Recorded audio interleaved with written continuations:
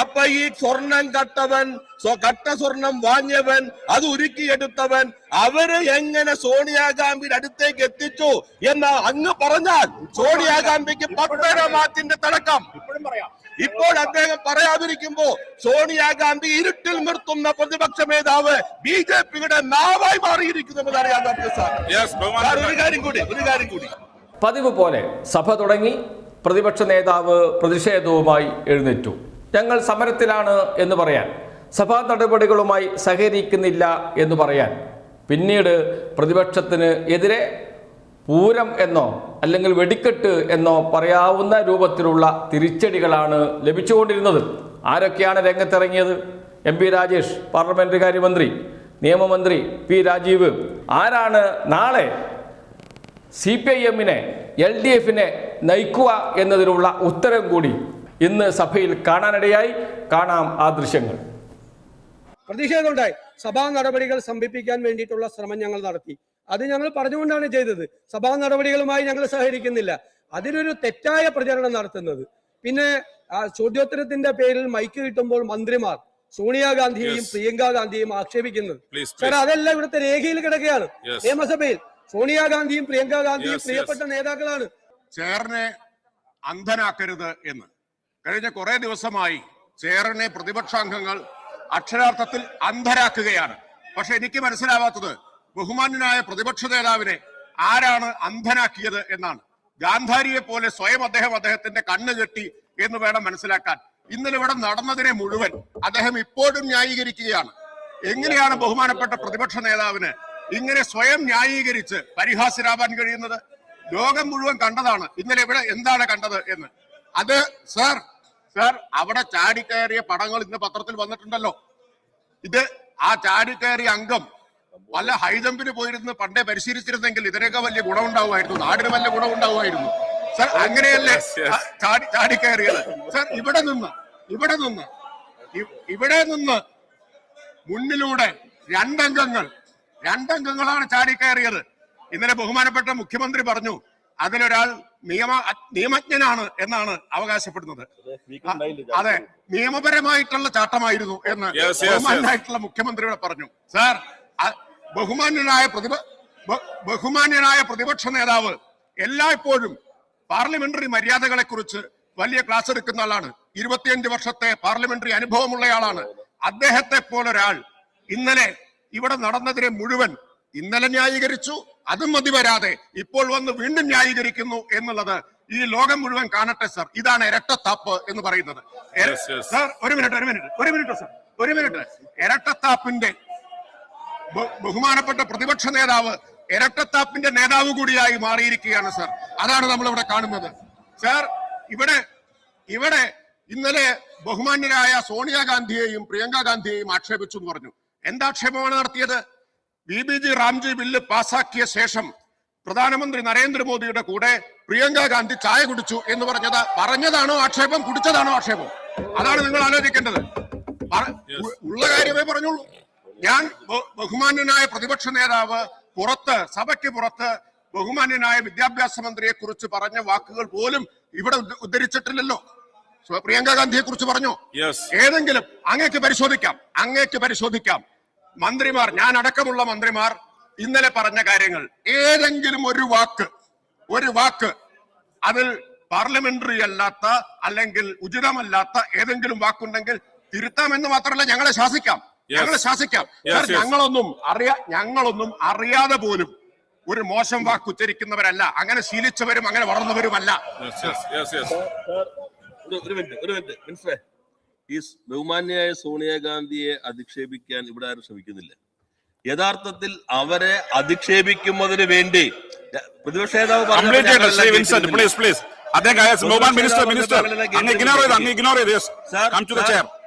ബഹുമാന്യയായ സോണിയാഗാന്ധിയെ തെരുവിലിട്ട് ചെണ്ട കൊട്ടുന്നവരെ കൊട്ടാനുള്ള അവസരം നൽകുന്നത് പ്രതിപക്ഷമാണ്. നിങ്ങൾ വ്യക്തമാക്കേണ്ടത് സ്വർണം കട്ടയാളും സ്വർണം വാങ്ങിയാളും അതിന് മൂന്നാമത്തെ ആളും ഒന്നിച്ച് 2 തവണ സോണിയാഗാന്ധിക്കൊപ്പം നിൽക്കുന്നു. ആര് സോണിയാഗാന്ധിയുടെ അടുത്തേക്ക് അവരെ കൊണ്ടുപോയി എന്നുള്ളത് ബഹുമാനായ പ്രതിപക്ഷ നേതാവ് പറഞ്ഞാൽ സോണിയാഗാന്ധിക്ക് 10.5 മാറ്റ് തിളക്കമുണ്ടാകും. സോണിയാഗാന്ധിയെ പോലെ ഇത്രമാത്രം സെക്യൂരിറ്റി ഉള്ള ഒരാളുടെ കയ്യിൽ ഈ സ്വർണത്തിന്റെ എലസ്, സ്വർണം മോഷ്ടിച്ച ആൾക്ക്, സ്വർണം വാങ്ങിയ ആളുടെ സാന്നിധ്യത്തിൽ കെട്ടാൻ അവസരം ഒരുക്കിയത് ആരാണ് എന്ന് പ്രതിപക്ഷ നേതാവ് വ്യക്തമാക്കിയാൽ സോണിയാഗാന്ധിക്ക് 10.5 മാറ്റിന്റെ തിളക്കമുണ്ടാകും. നിങ്ങൾ സോണിയാഗാന്ധിയെ തെരുവിലിട്ടടിക്കാൻ വേണ്ടി വിട്ടുകൊടുത്തിരിക്കുന്ന പ്രതിപക്ഷമാണ്, കോൺഗ്രസ് ആണ്. അത് BJPയോടുള്ള താല്പര്യമാണ് സാർ. ഞങ്ങളിവിടെ പറഞ്ഞില്ലല്ലോ സോണിയാഗാന്ധിയെ കുറിച്ച് സുബ്രഹ്മണ്യൻ സ്വാമി പറഞ്ഞത്, ഡൽഹിയിൽ FIR ഇടാൻ പറഞ്ഞത്, പുരാവസ്തു കച്ചവടത്തിന്റെ കാര്യം ഞങ്ങൾ ഒന്നും പറഞ്ഞില്ലല്ലോ. ആര് കൊണ്ടുപോയി? ഒരു MP, ഒരു UDF കൺവീനർ കൊണ്ടുപോയി കെട്ടിക്കൊടുക്കുന്നു. സ്വർണം കട്ടയാൾ, വാങ്ങിയാൾ, മൂന്നാമത്തെയാൾ, ഒറ്റ ഫ്രെയിമിലുള്ള 2 ചിത്രങ്ങൾ സോണിയാഗാന്ധിക്കൊപ്പം മാത്രം. വ്യക്തമാക്കട്ടെ, അതോടുകൂടി സോണിയാഗാന്ധിക്ക് 10.5 മാറ്റ് തിളക്കമുണ്ടാക്കും. നിങ്ങൾ അവരെ തെരുവിലേക്ക് വലിച്ചെറിയുന്നു. ഒരേ കാര്യം തന്നെ പറയുന്നത്. അല്ലല്ല അങ്ങ് കേൾക്ക്. അങ്ങ് ഇത്ര അസഹിഷ്ണുത അത്ര വേണ്ട, അത്ര അസഹിഷ്ണുതൊന്നും വേണ്ട. എനിക്കും കൂടെ പറയാനുള്ള റൈറ്റ് ഉള്ളതാണ്. സോണിയാഗാന്ധി അങ്ങനെയാണെങ്കിൽ മുഖ്യമന്ത്രി പിണറായി വിജയന്റെ കൂടെ ഉണ്ണികൃഷ്ണൻ പോറ്റി നിൽക്കുന്ന പടം ഉണ്ടല്ലോ, ഞങ്ങൾ അധിക്ഷേപിച്ചോ? അധിക്ഷേപിച്ചില്ല. ഞങ്ങൾ അധിക്ഷേപിച്ചില്ല. മുഖ്യമന്ത്രി ഞങ്ങൾ അധിക്ഷേപിച്ചില്ല. അതുകൊണ്ട് അത്തരം ഇരട്ടത്താപ്പ് ചെയ്യുന്നത് ഇവരാണ്. ഇരട്ടത്താപ്പ് ചെയ്യുന്നത്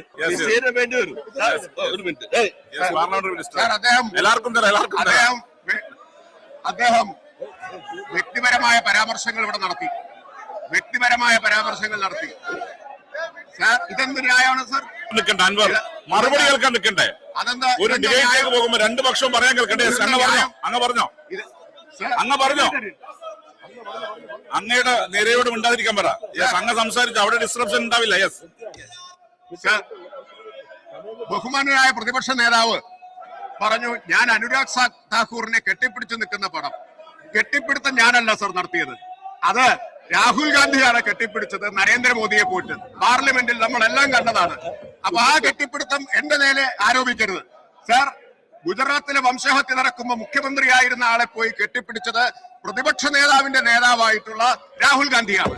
അപ്പൊ അത് തെറ്റാണ് എങ്കിൽ അനുരാഗ് താക്കൂറും ഞാനും മാത്രമല്ല, രാഹുൽ ഗാന്ധിയും ഞങ്ങളെല്ലാം ഒരുമിച്ച് പാർലമെന്റിൽ ഒരേ കാലത്തുണ്ടായവരാണ്. പടമാണ് പ്രശ്നമെങ്കിൽ രാഹുൽ ഗാന്ധിയുടെ കൂടെയുള്ള പടം എത്രയോ തവണ ഫേസ്ബുക്കിൽ പോസ്റ്റ് ചെയ്തിട്ടുണ്ട്. അങ്ങയുടെ കൂടെയുള്ള പടമില്ലേ? അങ്ങ് ഗോൾവാൾക്കറുടെ ചിത്രത്തിന്റെ മുമ്പിൽ വിളക്ക് കൊളുത്തിയ ആളാണ് എന്നതുകൊണ്ട് അങ്ങയുടെ കൂടെ പടമെടുക്കില്ല എന്ന് പറയാൻ പറ്റുമോ?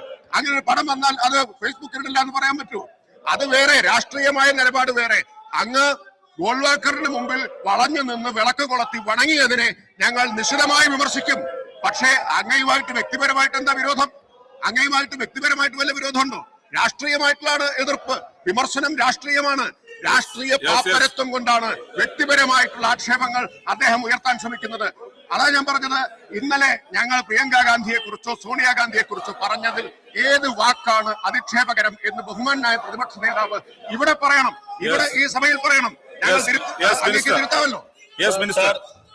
പ്രതിപക്ഷ നേതാവിന് സമനില തെറ്റിയെന്ന് തോന്നുന്നു. എന്റെ വകുപ്പൊന്നും മാറ്റിക്കളയരുത്.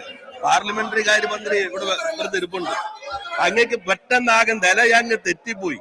അതുകൊണ്ട് പണ്ട് എല്ലാം ആധികാരികമായി പറയുന്ന ആള് എവിടെ നിൽക്കുന്നതിന് തെളിവാണ് സാർ. അദ്ദേഹം പറഞ്ഞൊരു കാര്യം, മുഖ്യമന്ത്രിക്കൊപ്പമുള്ള ചിത്രം ഉണ്ടല്ലോ, ഞങ്ങൾ പറഞ്ഞില്ലല്ലോ. അങ്ങയെപ്പോലെ ഇത്ര അറിവും ആധികാരികതയും വായനയും പരിചയ സമ്പത്തും ഒക്കെയുള്ള ഒരാൾ പറയാവുന്ന താരതമ്യമാണോ സാർ അത്?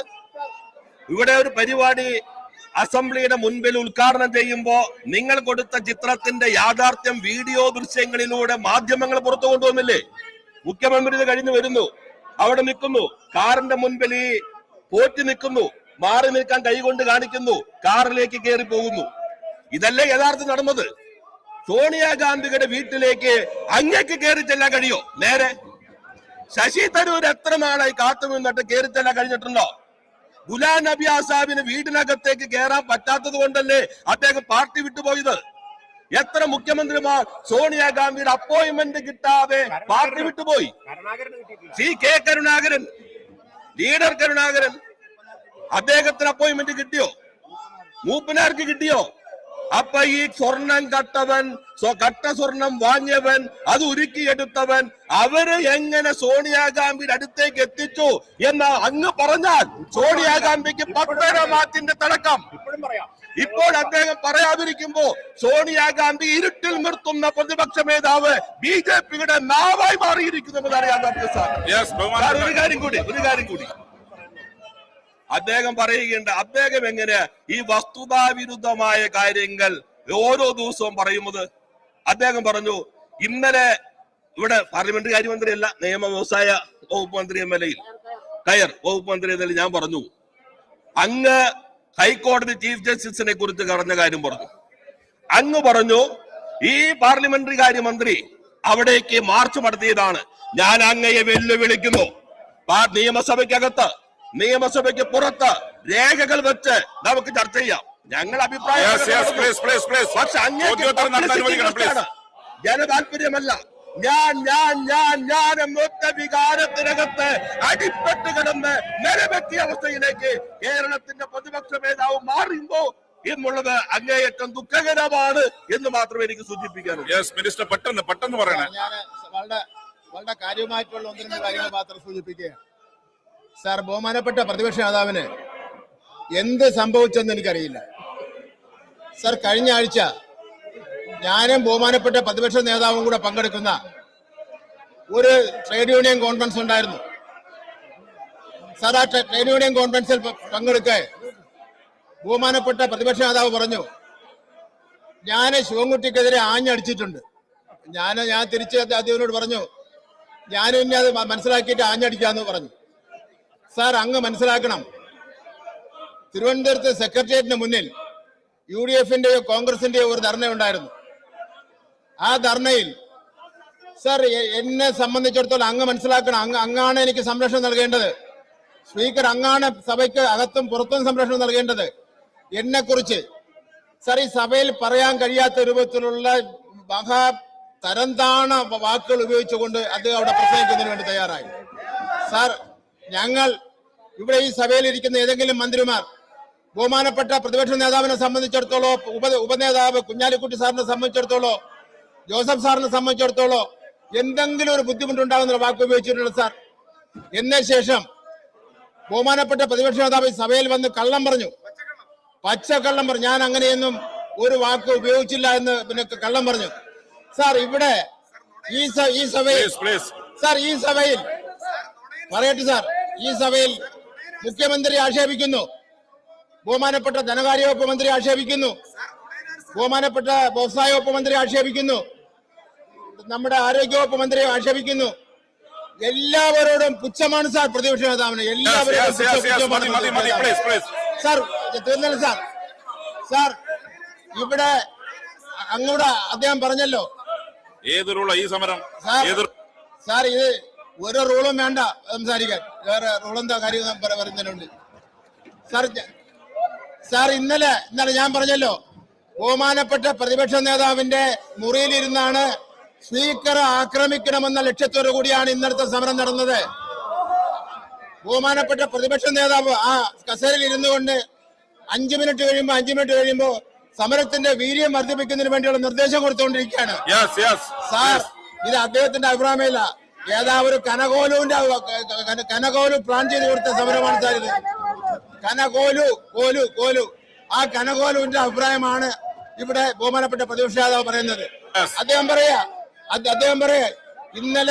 ഇന്നലെ സ്പീക്കറുടെ ചേംബറിലേക്ക് ചാടി കയറി അങ്ങേ ആക്രമിക്കാമെന്ന കാര്യങ്ങളെല്ലാം ശരിയാണെന്നാണ് അദ്ദേഹം പറയുന്നത്. സ്റ്റാഫിനെ സെക്യൂരിറ്റി ആക്രമിച്ച ശരിയാണെന്നാണ് അദ്ദേഹം പറയുന്നത്. ബഹുമാനപ്പെട്ട മുഖ്യമന്ത്രി പറഞ്ഞത് അദ്ദേഹം എതിർപ്പ് രേഖപ്പെടുത്തുകയാണ്. അങ്ങനെ എല്ലാ തോന്നിവാസങ്ങളെയും ന്യായീകരിക്കുന്ന ഒരു വ്യക്തിത്വത്തിന്റെ ഉടമയായി പ്രതിപക്ഷ നേതാവ് മാറിയിരിക്കുന്നു എന്നുള്ള കാര്യങ്ങൾ. പിന്നെ ഒരു കാര്യമുണ്ട് സാർ, ഒരു കാര്യം കൂടെ സാർ, ഇവിടെ പ്രതിപക്ഷ നേതാവ് കഴിഞ്ഞ 2ാം പിണറായി ഗവൺമെന്റ് വന്നതിന് മുമ്പ് സാർ, 1ാം പിണറായി ഗവൺമെന്റ് കഴിഞ്ഞ് 2ാം പിണറായി ഗവൺമെന്റ് വന്ന അവസരത്തിൽ തെരഞ്ഞെടുപ്പ് കഴിഞ്ഞ ഉടനെ തന്നെ ഇവരെല്ലാം വകുപ്പ് തിരിച്ച് മന്ത്രിമാർക്ക് ഓരോരുത്തർക്കും ഓരോ മന്ത്രിമാർക്ക് വകുപ്പ് തിരിച്ച്. ബഹുമാനപ്പെട്ട മിനിസ്റ്റർ പ്ലീസ്. സാർ ഒരു കാര്യം കൂടെ അങ്ങ് മനസ്സിലാക്കാൻ പറയാണ്. കഴിഞ്ഞ 2ാം ഗവൺമെന്റ് വന്നപ്പോ വകുപ്പ് തിരിച്ച് ഒരാൾക്ക് മന്ത്രിയാവാൻ വേണ്ടി പറ്റില്ല. ഇപ്രാവശ്യവും അദ്ദേഹം മുഖ്യമന്ത്രിക്ക് വേണ്ടി പഠിച്ചുകൊണ്ടിരിക്കുകയാണ് സാർ. മുഖ്യമന്ത്രി ആവുന്നതിന് വേണ്ടി പഠിച്ചുകൊണ്ടിരിക്കുകയാണ്. ഒന്നാം പിണറായി ഗവൺമെന്റ് വന്നു, 2ാം പിണറായി ഗവൺമെന്റ് വന്നു, 3ാമതും പിണറായി ഗവൺമെന്റ് വരുമെന്നുള്ള കാര്യത്തിൽ സംശയമില്ല സാർ. അതുകൊണ്ട് ആവശ്യമില്ലാതെ ഒന്നും ഈ വിരട്ടലൊന്നും ഞങ്ങളോട് വേണ്ട.